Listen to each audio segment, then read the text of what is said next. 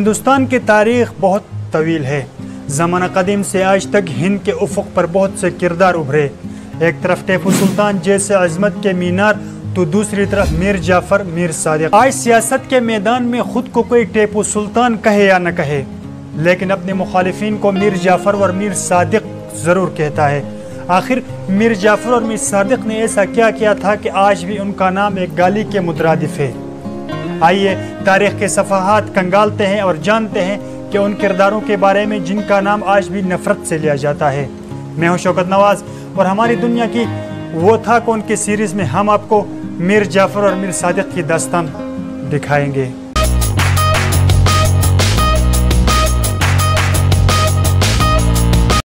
شاید آپ جانتے ہو کہ انگریزوں نے ہندوستان میں سب سے پہلے قدم بنگال کے سرزمین پر رکھے تھے۔ یہ پورے ہندوستان کا سب سے امیر علاقہ تھا جہاں نواب سراج الدولہ کی حکومت تھی، جو علی وردی خان کی جگہ صرف 23 سال کی عمر میں تخت پر بیٹھے تھے۔ یہ وہ زمانہ تھا جب انگریز اپنے کاروبار کی حفاظت کے نام پر چھاونیاں بنا رہے تھے۔ سراج الدولہ نے اس عمل کی مخالفت کی تو صورتحال کشیدہ ہوئی اور معاملات یہاں تک پہنچ گئے کہ نواب اور انگریزوں میں براہ راست ٹکراؤ ہو گیا۔ نواب سراج الدولہ نے کلکتہ پر قبضہ کر لیا، جسے چھڑوانے کے لیے انگریزوں کو بہت سے پاپڑ بیلنا پڑے، اور اس کے بعد انہوں نے فیصلہ کر لیا کہ اب سراج الدولہ سے چھٹکارا حاصل کرنا پڑے گا، لیکن کیسے؟ اس کے لیے انہوں نے ہر وہ حربہ آزمایا اور بلا آخر نواب کے سپہ سالار میر جعفر کا اعتماد حاصل کرنے میں کامیاب ہو گئے۔ انگریزوں نے میر جعفر سے وعدہ کیا کہ اگر وہ سراج الدولہ کو ہٹانے میں انگریزوں کی مدد کرے تو اسے بنگال کا حکمران بنا دیا جائے گا۔ تصادم ناگزیر تھا۔ جون 1757 میں پلاسی کے میدان پر نواب سراج الدولہ کی 55,000 کے فوجوں کا سامنا انگریزوں کے 3,000 سپاہیوں سے ہوا۔ اعدادی لحاظ سے تو دونوں کا کوئی مقابلہ نہیں تھا، لیکن تب وہ فیصلہ کن مرحلہ آیا جس میں میر جعفر کی غداری نے اپنا کردار ادا کیا۔ 35,000 پیدل اور 15,000 گھوڑ سواروں پر مشتمل دستے منصوبے کے عین مطابق میر جعفر کی ہدایت پر جنگ سے منہ موڑ گئے اور باقی رہ گئے صرف 5,000 سوار۔ سراج الدولہ کی بری طرح شکست ہوئی، گرفتار بھی ہوئے اور پھر میر جعفر کے بیٹوں کے ہاتھوں قتل کر دیے گئے۔ وعدے کے مطابق میر جعفر کو بنگال کا حکمران تو بنایا گیا، لیکن اس غدار پر کون اعتماد کرتا؟ انگریزوں نے امیدیں پوری نہ ہونے پر ان سے بھی اقتدار چھین لیا اور بنگال ہندوستان کا وہ پہلا علاقہ بنا جو ڈائریکٹ کمپنی رول میں آیا۔ ہندوستان کا زوال کا آغاز ہو چکا تھا ایک غدار کے ہاتھوں۔ آج مرشد آباد کے اس محل کو نمک حرام ڈیڑھی کہتے، جہاں میر جعفر رہتا تھا۔ جنگ پلاسی کے بعد انگریزوں کے بڑھتے قدموں کو روکنے والے کوئی نظر نہیں آتا تھا۔ ایک کے بعد ایک شکست اور ہندوستان پر غلامی کی زنجیریں سخت ہوتی چلی گئی، یہاں تک کہ ٹھیک 100 سال بعد 1857 میں سونے کی چڑیا مکمل طور پر گوروں کی گرفت میں آ گئی۔ اس پورے دور میں جس ایک شخص نے قابض طاقتوں کا جم کر مقابلہ کیا وہ ٹیپو سلطان تھے۔ وہ جنوبی ہند کے ریاست میسور کے حکمران تھے، جہاں وہ اپنے والد حیدر علی کی جگہ 1782 میں حکمران بنے تھے۔ ریاست میسور نے انگریزوں کے خلاف 4 جنگیں لڑی، جن میں سے 3 میں ٹیپو سلطان مند مقابل تھے۔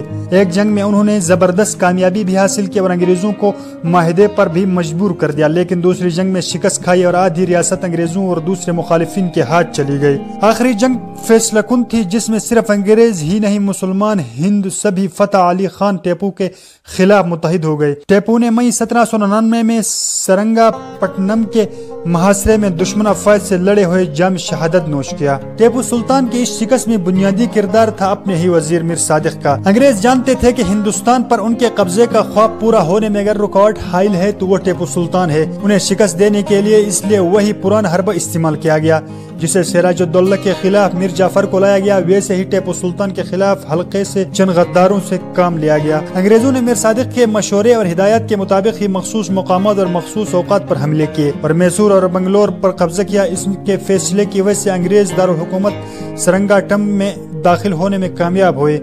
اس نے ٹیپو کے وفادار سالار غازی خان کو قتل بھی کیا تھا۔